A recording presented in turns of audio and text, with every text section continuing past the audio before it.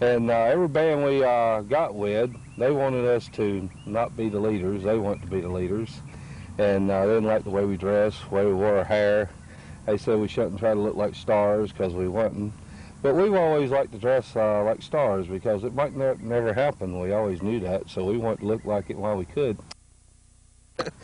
I was born and raised in Greensboro. That's right. Born and raised in Greensboro. I currently make my home here in Summerfield, North Carolina, God's country.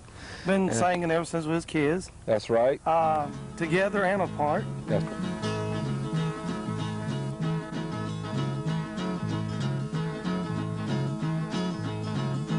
My baby don't want no more of a good-for-nothing guy like me.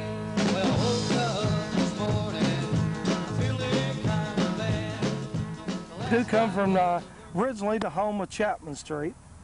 Well, the True Brothers, when they started out, see, me and my wife used to do, we used to play guitar and banjo. We used to sing for shirt groups, you know, go to church and sing. And my boy, they were little kids, little baby. And they used to go to church, and they learned to be, you know, singing and swearing and stuff. So they learned to be a singer.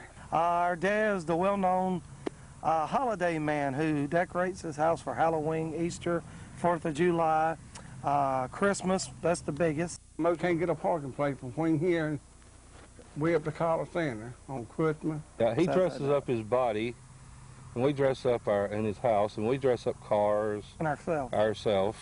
Our guitars. We're all dresser-uppers. We got to decorate anything that'll sit still for it. And our neighbors, they've been trying for years to get us to believe, but we won't. Little Miss Lonesome in the corner of a bar room downtown. Webb Pierce was one of our idols, and the first song we ever did professionally was a Webb Pierce song. So we thought it'd been nice since the family been super nice to us. We start running the Webb Pierce fan club because we found there was not a fan club for Webb Pierce. So we're the proud presidents of Webb Pierce's International Fan Club. Webb Pierce Jr. became our manager, the son of Webb Pierce. He gave me his dad's silver dollar belt buckle. We went up 500 miles up the mountain to Nashville, Tennessee to do this TV show. It was kind of a low-grade B-hee-haw type concern. And we got to do one or two songs, I forget. One. And one. And we dedicated the song to our idol, Mr. Webb Pierce, who was ailing at the time. He was in the hospital sick and with cancer. And we did one of his old hits called I Ain't Never, which was written by he and Mel Tillis. And we did that, and we didn't have a band, as we said. All the bands kept breaking up on us. We had this engineer strip our vocal track off of a song we did. We found out the rest of the guys didn't have bands either. They all brought tapes. And we said, wow, this is great. One band showed up.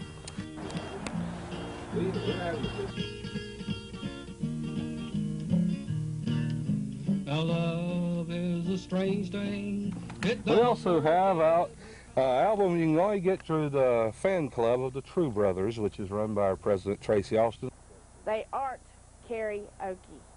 Why do you call them that? Because of the way they perform. They perform with background tracks, but to me, karaoke is where anybody and their mother can get up and sing. At their shows, nobody gets on stage except them. And that's the reason I say it's not karaoke. And I don't like him being called karaoke. We first played at Miracle House. Of rock. We had a band with us who, well, get into detail. We was doing talent shows and karaoke shows and everything. And a guy y'all we don't like the word karaoke. No, okay. No. Anyway. We sang with backing track. Backing track. Nashville's finest. Nashville's finest. Okay. That's where I first heard of them. But, you know, since then, my concept of them has expanded into, and I think that they are righteous. The Pat Place, it said, it had a big old flyer, said, you know the car, now meet the men. That was us. That was us. And we had girls sitting out there, and they filmed them. I've seen them around town in their car. The car was great. With it's the like horns and the payday. It's like barnacles, all the great stuff on it. Could I go lean on it? The guns and everything. There it is. Look at it. You know, Girl, she's trying to talk, no one's talking, no one's talking. The three of them. Wish I We married never them. have that problem. Why didn't I get them? They love me, so they love me. I could.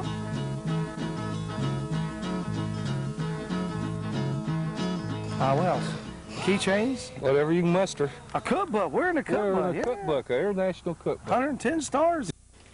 The True Brothers. So you can get our favorite chicken casserole in it. And so this sells for $12. You can get to the fan club. That's what we can talk about. The movie. Yeah, you can't leave the movie out. And we're in it. We play country singer or something we know nothing about. No, well. I'm forgetting about you.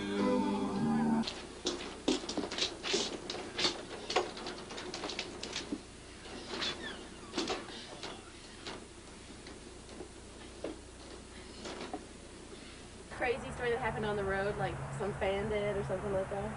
What, Roger getting flashed and forgetting the words on stage? He told that one. You tell it. Yeah, it was on stage at the Miracle House. I think it's like their first show. Roger's up there doing, I think it's I Ain't Never.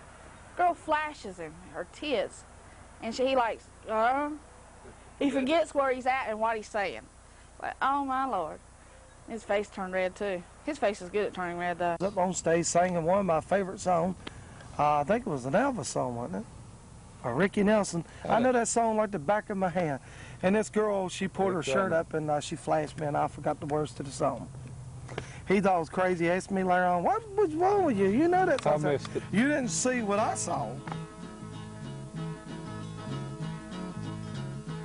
And I'm proud of them. And for all I know, they're making good at it. And that's all I can say about the True Brothers. If you haven't seen them, you need to. If you like them, join the club. That way you learn more about them. This ain't gonna quit. No. But we keep the bucket. Hey, keep them buckets away from us. No, no Okay. buckets. No Okay. buckets. Send that